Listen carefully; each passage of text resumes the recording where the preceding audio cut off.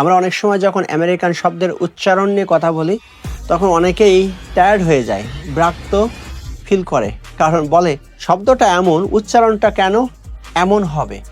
So ঠিক তেমনই আজকে কিছু শব্দ নিয়ে কথা বলবো যেখানে টি শব্দটি সাইলেন্ট থাকবে।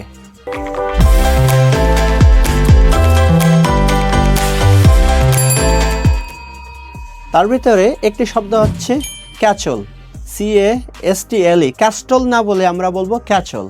আরেকটি হচ্ছে অফেন, আমরা OFTEN, অফটেন না বলে আমরা টি সাইলেন্ট করে বলবো অফেন। আমাদের তৃতীয় শব্দটি হচ্ছে লিচেন, LISTEN, লিচেন। আমরা লিস্টেন না বলে টিকে সাইলেন্ট করে আমরা বলবো লিচেন। পরের শব্দটি হচ্ছে মর্গেজ, মর্টগেজ না বলে আমরা বলবো মর্গেজ, এই টি শব্দটি এখানে সাইলেন্ট থাকবে। তারপরে শব্দটি হচ্ছে ক্রিসমাস, বলবো Christmas.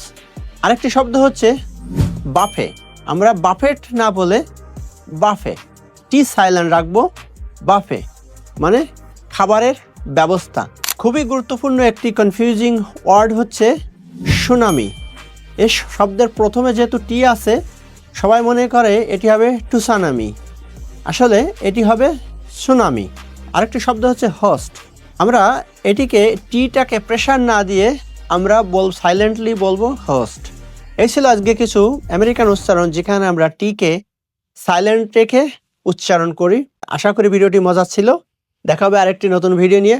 O by the way, don't forget to subscribe and don't forget to follow our page. See you in my next video.